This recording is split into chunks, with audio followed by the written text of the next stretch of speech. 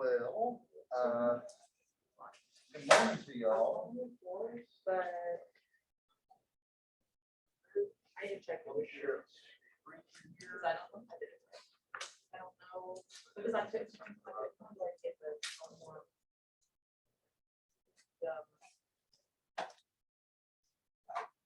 Guide, or the and I was like, what? They confused, but, Okay, so let me say a couple things about this upcoming homework. So this might look familiar. I'm looking again at the additive group Q under addition. And Q plus the group of positive rationals under multiplication. So first, consider the additive rationals. Show that if you have a subset and it's a non-empty linearly independent subset of positive rationals, then there's only one element in it. So in other words, you cannot have a linearly independent subset of rationals. Here we're talking free abelian group that has more than one element in it. Use this to show that Q is not a free abelian group, which will be defined presently. And then show that the positive rationals under multiplication is in fact free abelian. It's got some basis. This is actually sort of highlights another. Do you remember how we talked about whether or not there's an isomorphism between the reals under addition and the positive reals under multiplication, and there's not between the rationals? This is another difference here that you can see. Number two,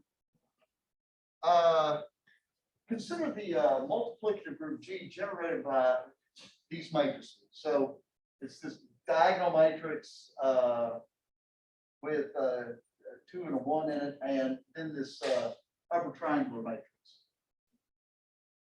Show that the collection of matrices with main diagonal entries both 1 form a subgroup of G that is not finitely generated.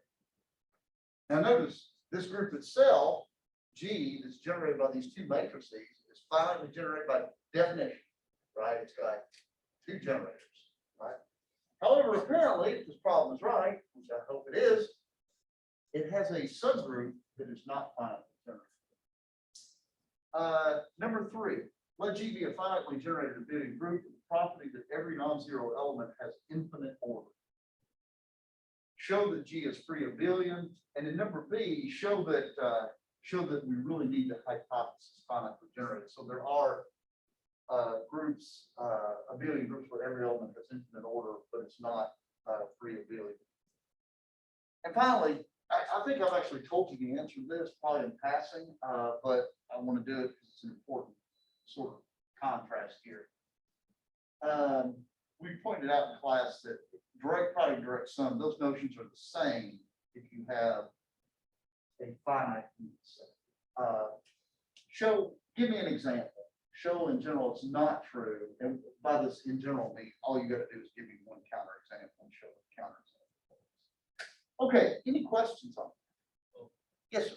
For the first problem, when we were talking about linearly independence, does it with respect to like vector spaces or what? No, and I'm going to get right to that. What I'm talking about is linearly independent as a subset of an abelian group, right? So it's linear independence over the integers, and I'll make that clear in just a moment. Okay, yes. Will you clarify the difference between the free group on set X and the generated group on set X? And the what? The generated set by X. Oh, right. So for example, let me do this with just one element. Here. I'll get my share screen off. So I'm not quite sure what the people out there can see.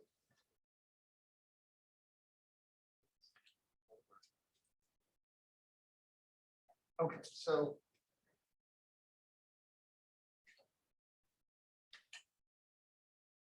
let's just take one generator.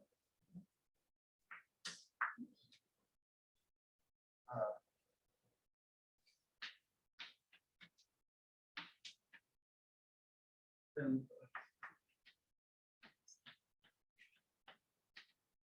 yes, isomorphic,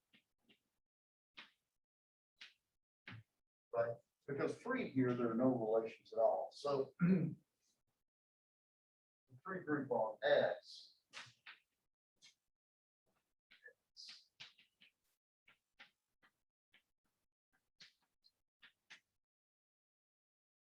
So this is just all powers back, right? There's just too many elements, it's X to the 0, X to the 1, X to the 2, and the next all negatives, right?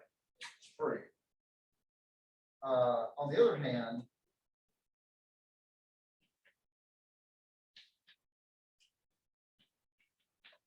right, then the group generated by X is only 1 X, X squared, X cubed, X 4.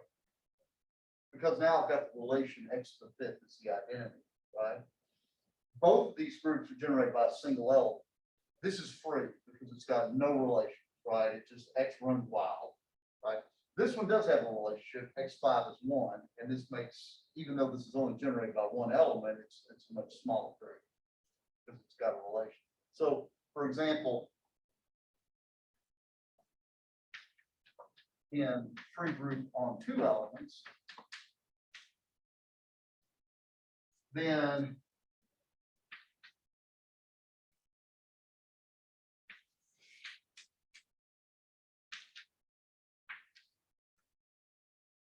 that's the only way you can write that, right? But in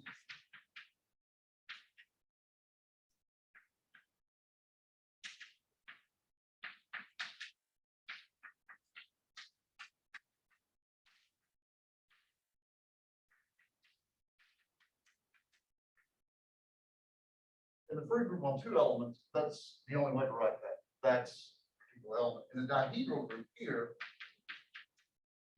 well, now I can replace that y inverse with y, because y is order 2, and this is x inverse.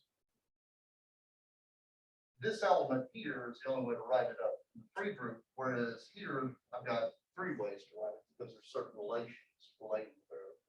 Right? But both of these groups are generated by 2 elements.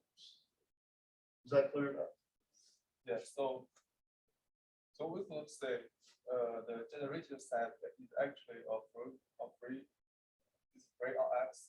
Well, so what you can always do is you can start off with a pre-generating set, and then you can quotient out by the relations. And that's what we were kind of talking about last time, right? So Yeah. notice this, what this notation means.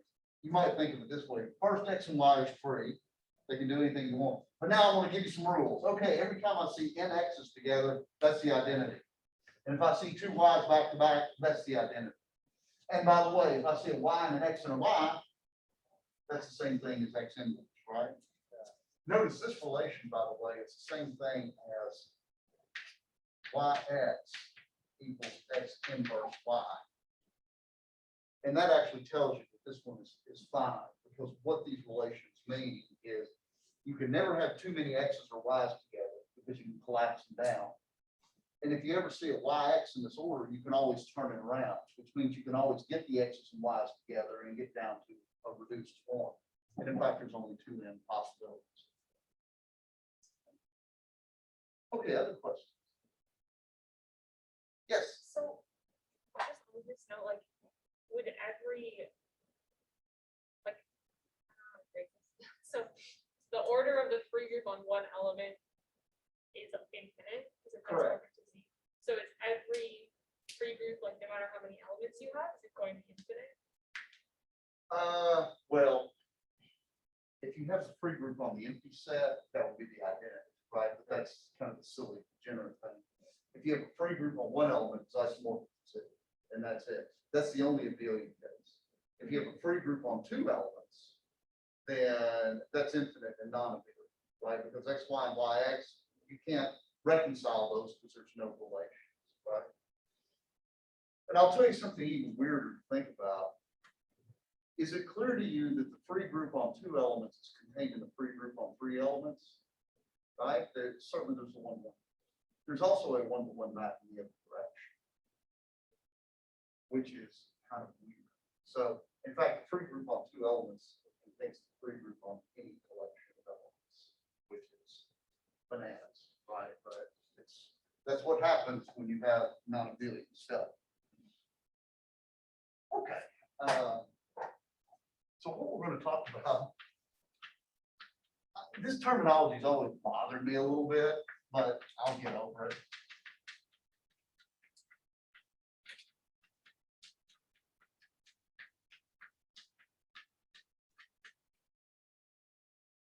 Because free sort of means no relations, and so I'm already a little bit polluted in my head when this comes out. Free abelian groups, abelian mean there is a relation, because what that means, when we talk about free abelian groups, what we're talking about is the only relation we're going to put on is all the elements commute, right? And this is a free object in the category of abelian groups or whatever. I don't know if we get to talk to that sort of thing, but the idea is here we do the analog of free groups, but now we're going to assume that all the elements commute. So they're not quite free, but they're free up to the fact that everything commutes. So let's start off this way.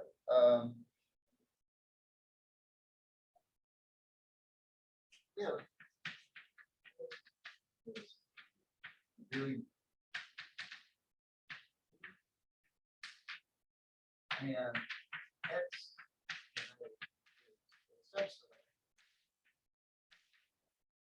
then the group generated by X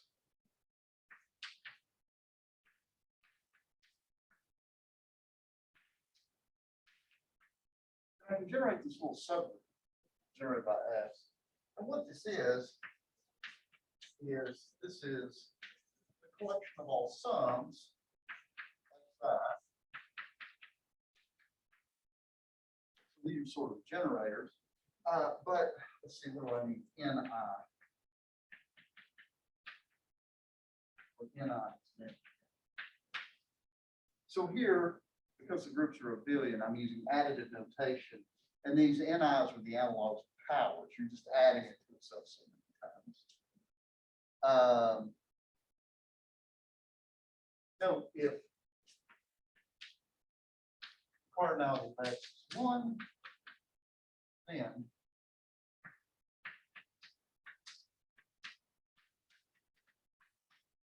so there's an old friend. If the cardinality of this subset of generators, so if you can generate the subgroup by one element, then it's a cyclic subgroup.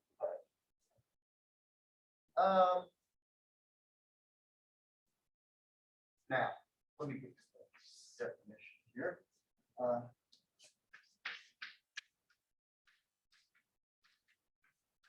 Here's what I was talking about in the homework, and here's where I'll make it precise here.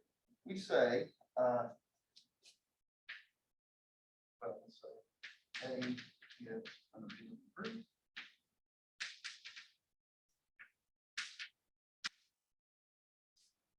And X is subset A. We say X is linearly independent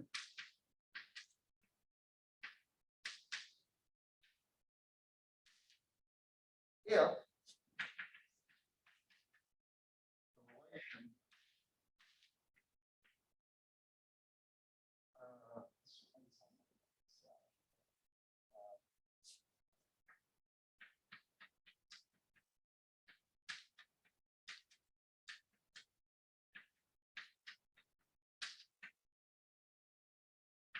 where xi is an x, mi is an integer.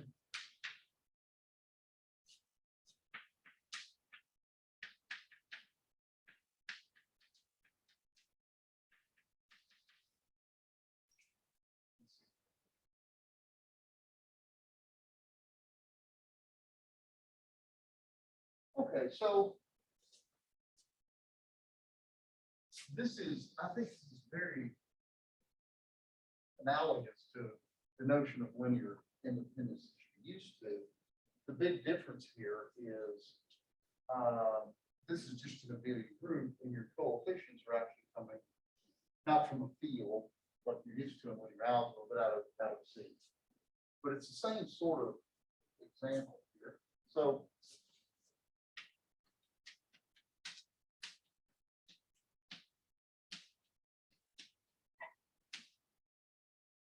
let's look at this. This is a set of ordered pairs.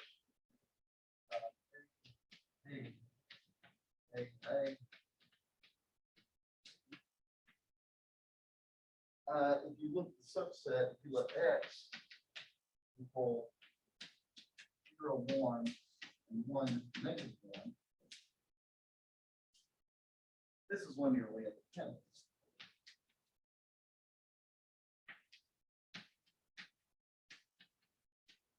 Because indeed, if you have M1, 1, M2, 1 minus 1, this is M2, M1 minus M2. And if this is 0, 0, which is the 0 element of the abelian group, then M2 is 0. That's immediate. And once you get M2 is 0, that forces the hand of M1. Right up there. So this is a linearly independent set. Here's another example. Let A, and this is C6. Let me point out if X is in Z6, then 6X equals 0, right? So A has no linearly independent subsets, at least in our entity.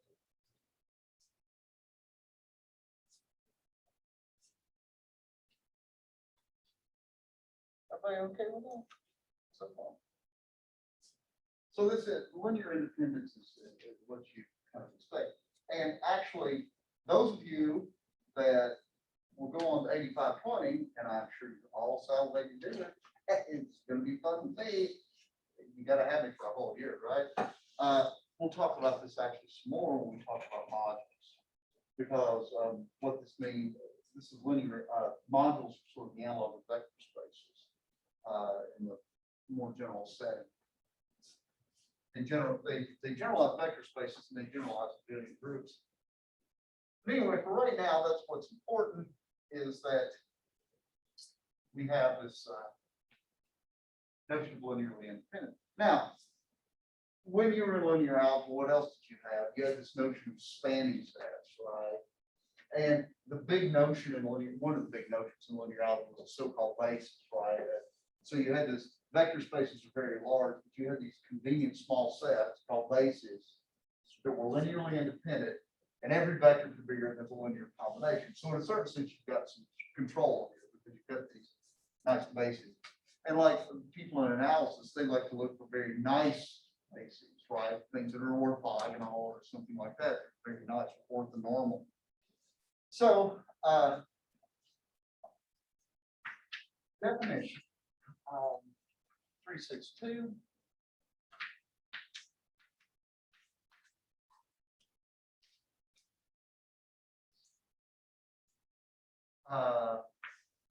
Yeah, the unabelian.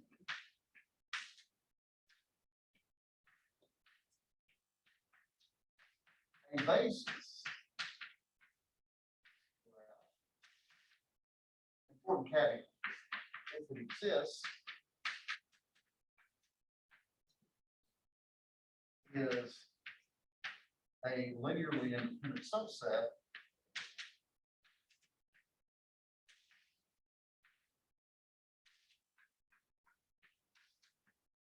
such that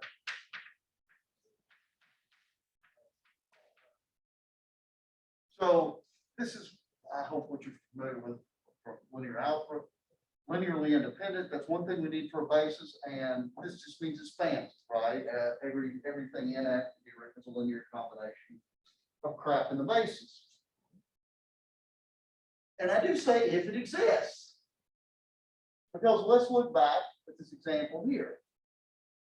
No way on this God's green earth is Z6 going to have a basis, because the problem with Z6 is this. There is no linearly independent subset. Well, unless you want to call the empty set that. And there's certainly no linearly independent subset that generates it, right? So you're done. this thing, this particular abelian group can't possibly have a basis. But some of them can. So for example, let me give you.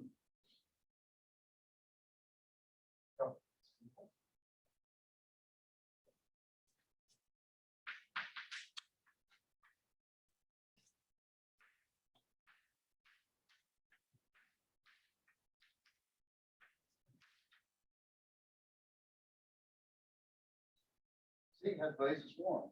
One by itself as an element of the integers is linearly independent because n times 1 equals 0 means n is 0. And one generates, right? Because anything in the integer is a linear combination of 1.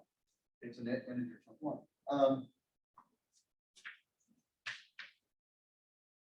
Some has basis. One. This was easy to see, isn't it? This is a linearly independent set, and anything here is in the form AB, which is B times this equals A times A. Right? Or 0, 1, 1, minus. As per this example right here, that's also that is also a subset of that is also a linearly independent subset, and it's fairly easy to see that any AB can be written this way. So we're talking about abelian groups. So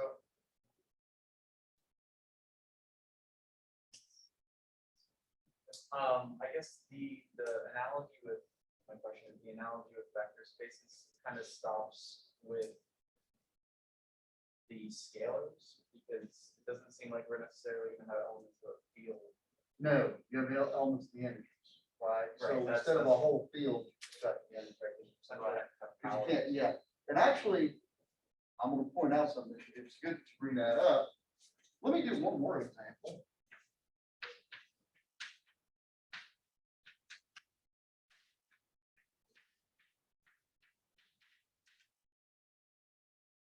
This is getting kind of boring, isn't it? This could take a whole class period if I wrote them all. Okay. Here's the, hey, gosh, Jim, what is your problem?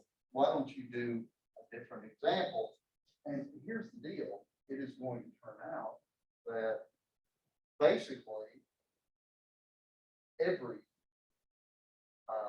abelian group that has basis is basically a direct sum of some number of copies of zero. And it could be a large number, right? Like infinitely many, right? But this is it for having basis, which is kind of right, and we're gonna develop that. Now, let me point out something, and that is, do you all remember this kind of statement? What is one of the big theorems about vector space? Suppose I've got a three-dimensional vector space. Let's just keep it simple, right? So suppose I've got R3. And suppose I walk up to you and I give you two vectors that are linearly independent. Can that be a basis for R3? No, it can't. But what can you take those two vectors and do? That's right. You can plant them in the ground, sprinkle a little fertilizer on them, and you can grow a third vector out of that. You can expand those two to a basis, right? That's an important thing, right? You all remember that theorem for linear algebra. If you have any linearly independent set, you can expand it to a basis, right? Just by adding some more stuff until you get everything. Right? This isn't always true here. So let me give you an example. Oops. In C set 2 is linearly independent.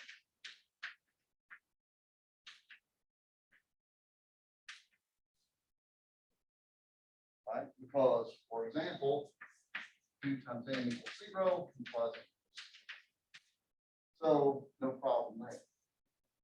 But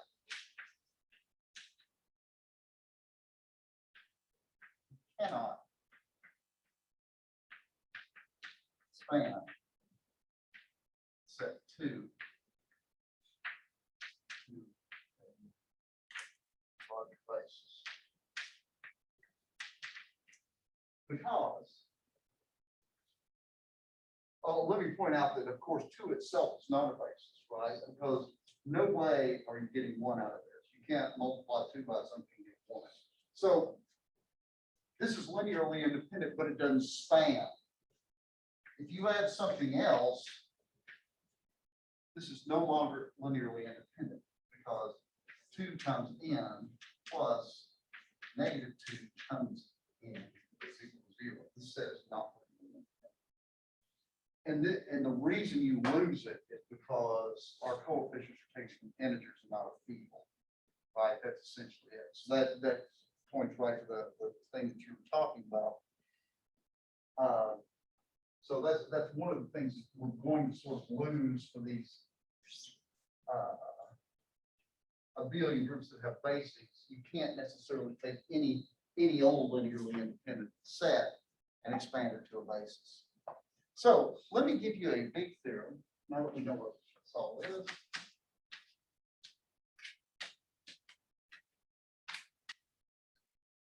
Here we're going to let F be an abelian group. The following conditions are equivalent.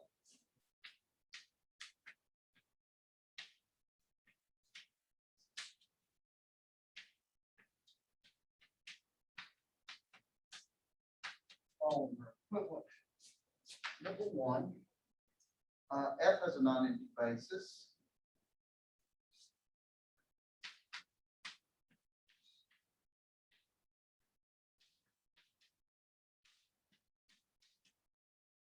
Two, F is the internal direct sum of a family of infinite cyclic groups.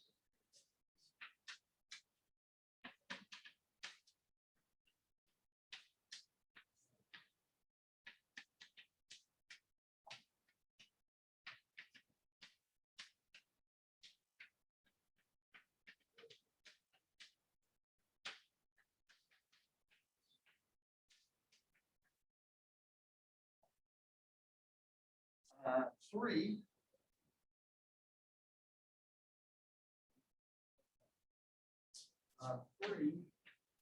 F is isomorphic with direct sum over some index set, some number of copies of Z.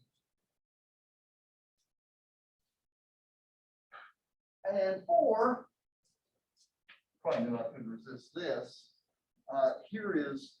This is just like free groups. This is a free object. So what I mean is this is the solution to a universal mapping problem.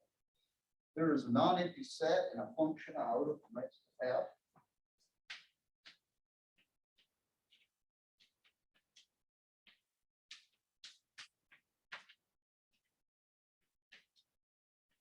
And I do need function again, iota from X to F. Such that given any abelian group, the function X to A, so such that given abelian group, any abelian group A, and function F from X to A, there exists a unique group homomorphism from F to A.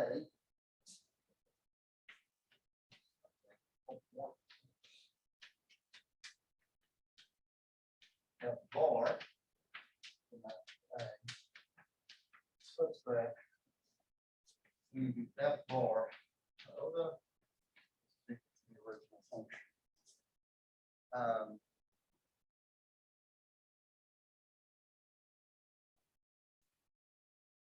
And let me draw you kind of a picture of this once again.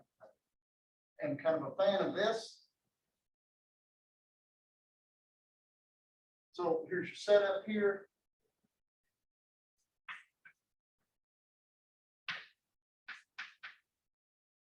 So I think of the set that is spoken of in this theorem as basically, this is included, X is your basis, and this is the inclusion function. Both of these are just functions. This is an abelian group. And this is an F bar here. It makes the diagonal. So.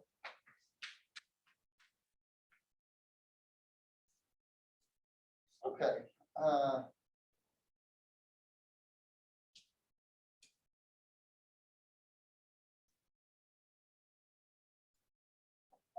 and so let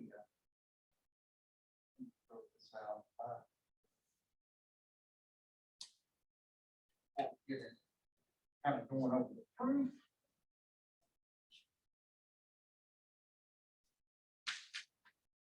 In root F, try to find one and all additions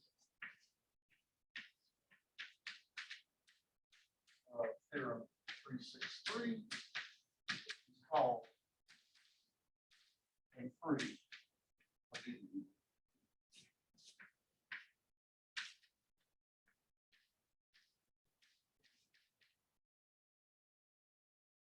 Now, maybe some of you think it's silly to study what actually, I like number 3 quite a bit. Basically, what we're doing is we're studying a bunch of direct sums of Z, right? This big theorem is to talk about this one family thing.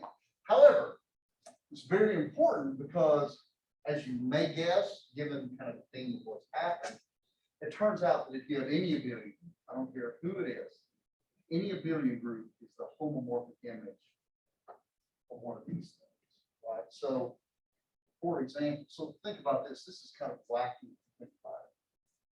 Would everybody agree the real numbers is a abelian group under addition, right? Actually, we could also do this with positive multiplication. The reals under addition is not true at all. However, it is a homomorphic image of a number of copies of Z. So if you can string enough copies of Z together, and there will have to be uncountable many of them, then there's a big enough number of copies of Z and a subgroup of that, such that that big copy of Z modulo subgroup is isomorphic, right? Which is crazy, right? Yes. Why does it have to be uncountably many to get considered R? Because R is uncountable, right? And so, Like, it's aren't can't we aren't not, it's in every element of R. Wouldn't it be dense in R? So wouldn't we be able to like characterize every element? this is a direct sum, so you're not allowed arbitrary sequences.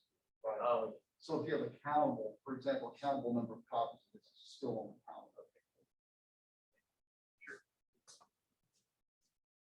Okay, so let's kind of go through this.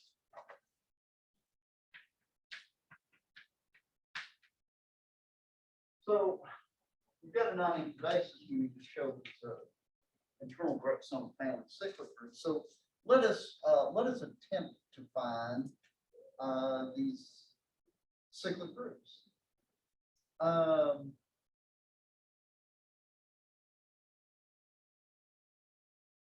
So what we need is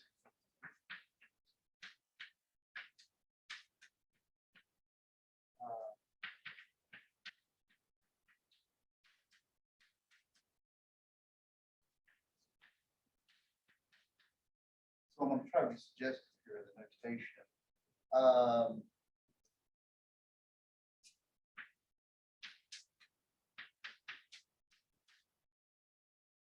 So I want to find a collection of infinite cyclic groups, right, generated by X, such that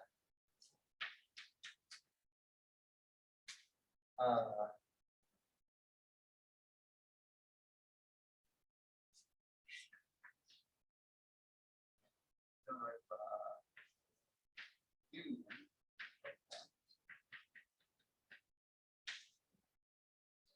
So I want F to be generated by the union of these groups, and for all y and x, subgroup generated by y intersect the union of these groups.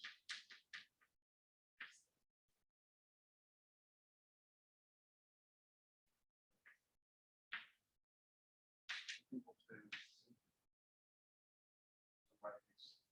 additive here. Right? Because if you remember, this is what we needed to have F to be a co-product of these normal subgroups. We can forget all the business about normality here because remember, my groups are abelian, so every subgroup is normal. So what I'm trying to find is I'm trying to find this family of infinite cyclic groups that satisfy these two properties. And I'll be done, right? Because then F will be isomorphic to the direct sum of all these little groups generated by X. And since they're infinite cyclic, they'll all be isomorphic to cyclic, right?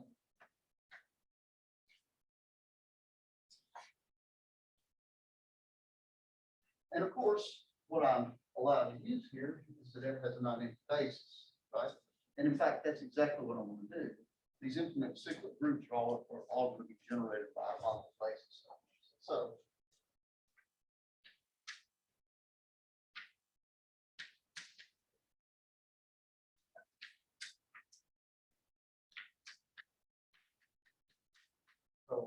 I'm going to use these to generate my infinite cyclic group. First of all, notice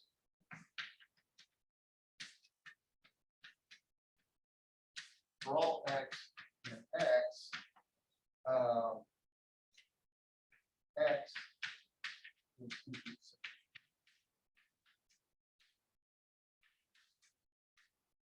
Now, of course, by definition, that thing's cyclic, right? It's generated by one element. Why is it infinite? Because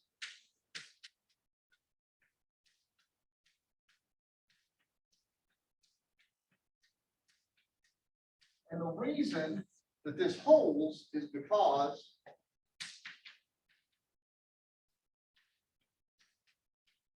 as x is linearly independent. So now we've used the fact that x is a linearly independent element. So any single element you pull out of x has to be linearly independent by itself, and therefore it must have infinite order. Okay, so far. Notice that also as x is a basis,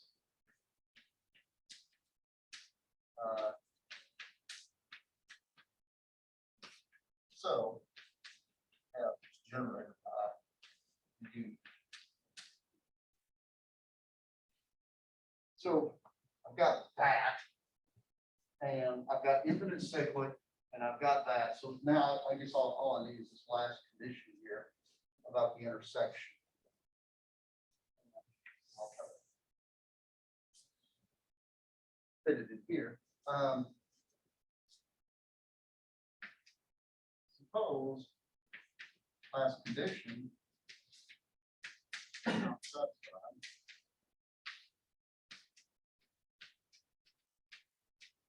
then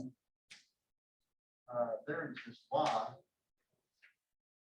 and x and x1, x2, okay, and well, such that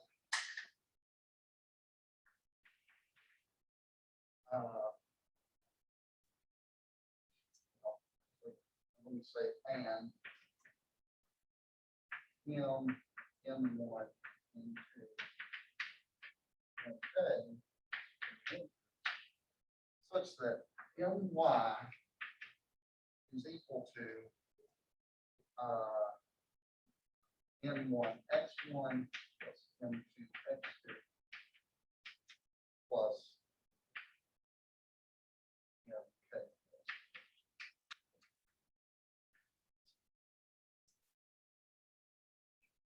And here we can assume if condition is not satisfied,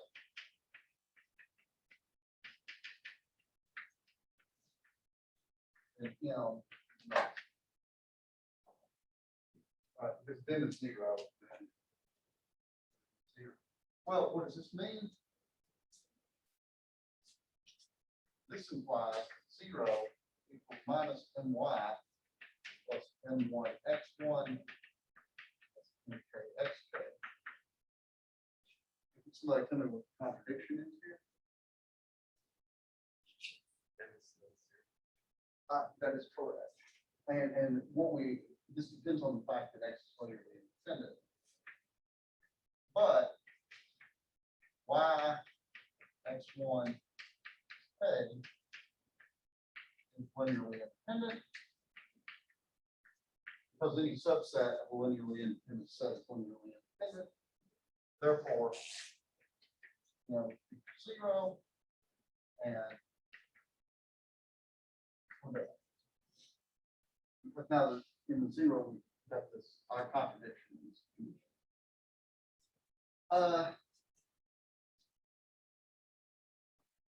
Any questions on that?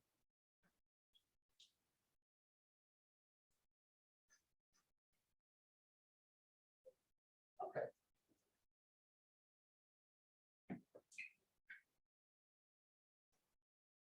Let me point out.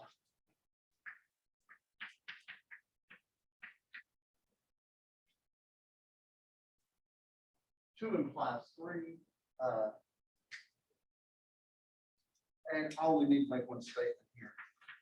Any infinite cyclic group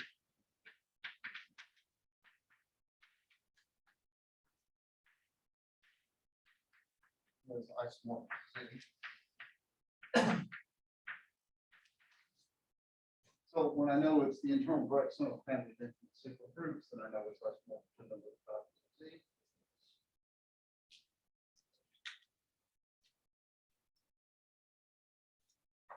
Okay, so let's do 3 implies 4.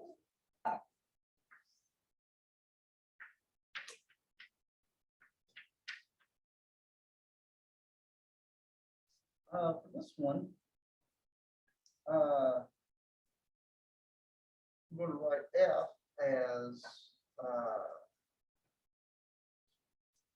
well, I'm going to write this.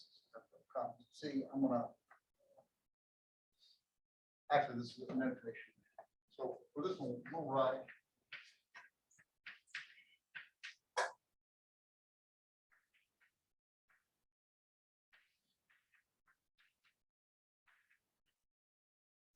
I index set. So those CIs are infinite cyclic, and I use that notation.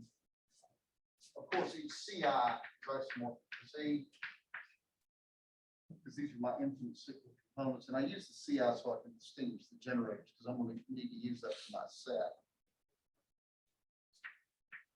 Each CI is generated by some XI.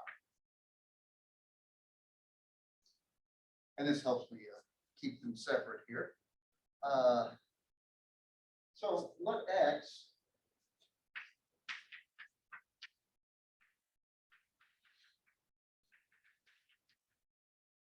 so just collect all these generators and throw them into a big basket. I'll call this set X. And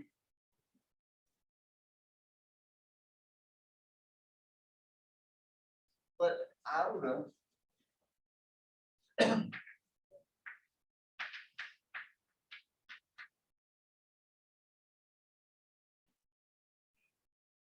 be the inclusion. Let me be precise about what I mean here. Iota of xi. I'm going to be sloppy here and just include it into the direct sum.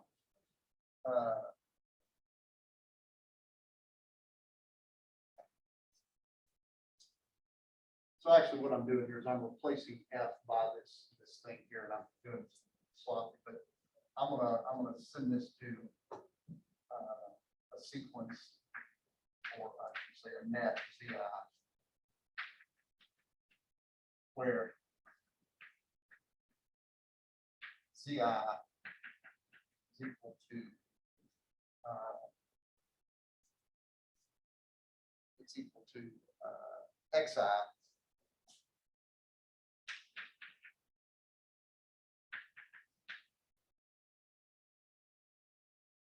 Right, if.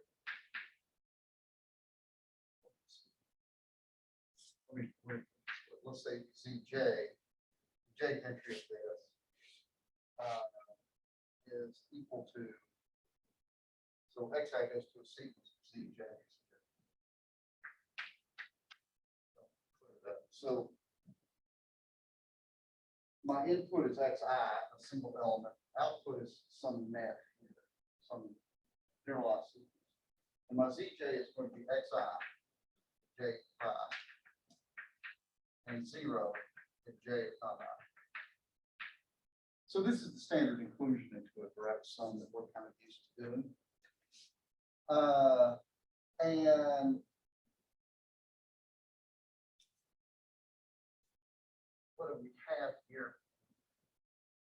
Well, I've sort of collected what I want my non-empty set to be, and my inclusion function to not have the direct sum.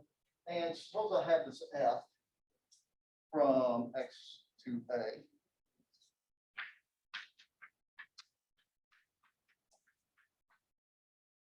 Where a is just some random abelian group here. And I'm going to define f bar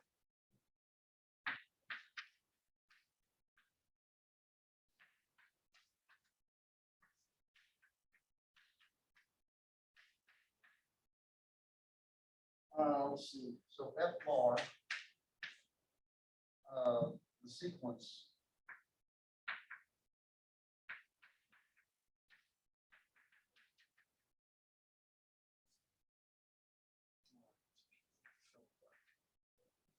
remember, the ith entry of this is generated by xi, so the ith coordinate shouldn't look like an integer I times xi. And remember, this is a direct sum, so all the finitely many of those ni's are 0.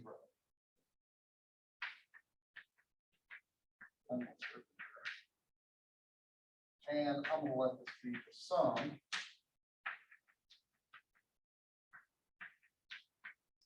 well, I guess I need to have,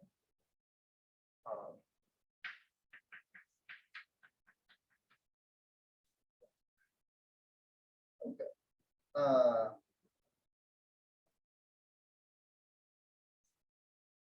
No. F bar is a homomorphism, and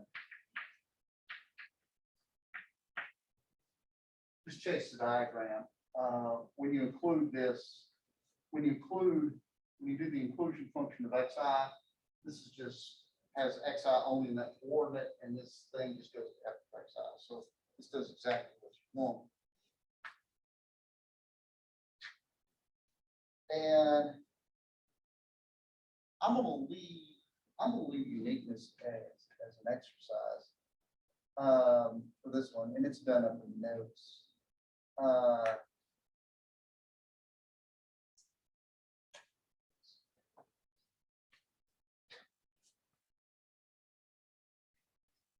I'm gonna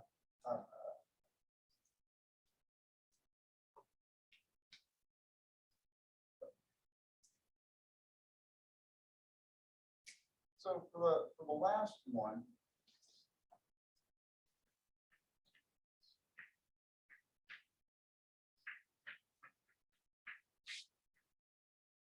and actually, if you check my notes, you get stuck on being able to do this. I'm actually more careful of the uniqueness to show you how to get around. So one thing that may bother me with this proof is I didn't really have f as the domain of this, as it states over there. I've got the direct sum, but this is isomorphic. So there's an isomorphism that goes to f, and its inverse comes back, and you can play around with that. Get what you need. For the last bit, you have all this yin yang here. There exists a non-empty set function. You need to show that f has a non-empty basis. And so,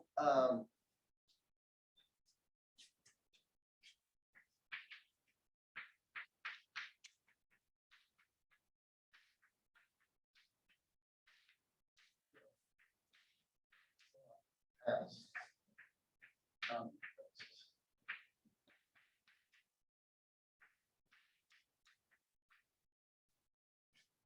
And so what you want to do is, let's look at,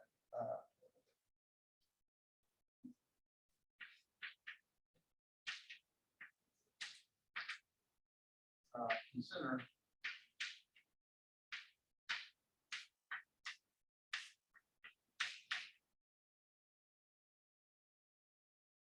this non-empty subset X, this non-empty subset X, there's an inclusion map next to the F.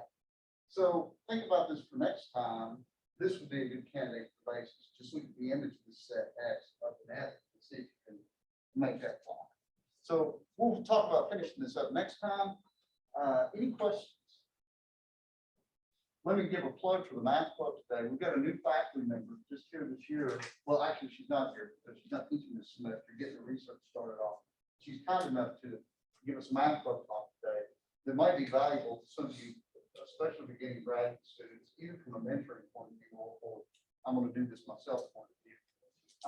We will be meeting at 5 o'clock in downstairs, Martin 102.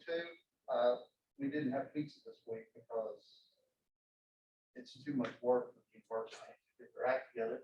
But I did bring some snacks that I bought yesterday. It ain't gonna be much, but anyway, I encourage y'all to be there if you got time. And if you want to go to the talk and you're not comfortable being in that kind of environment because of COVID or whatever, it's also on sale. So, all right, you all have a good weekend.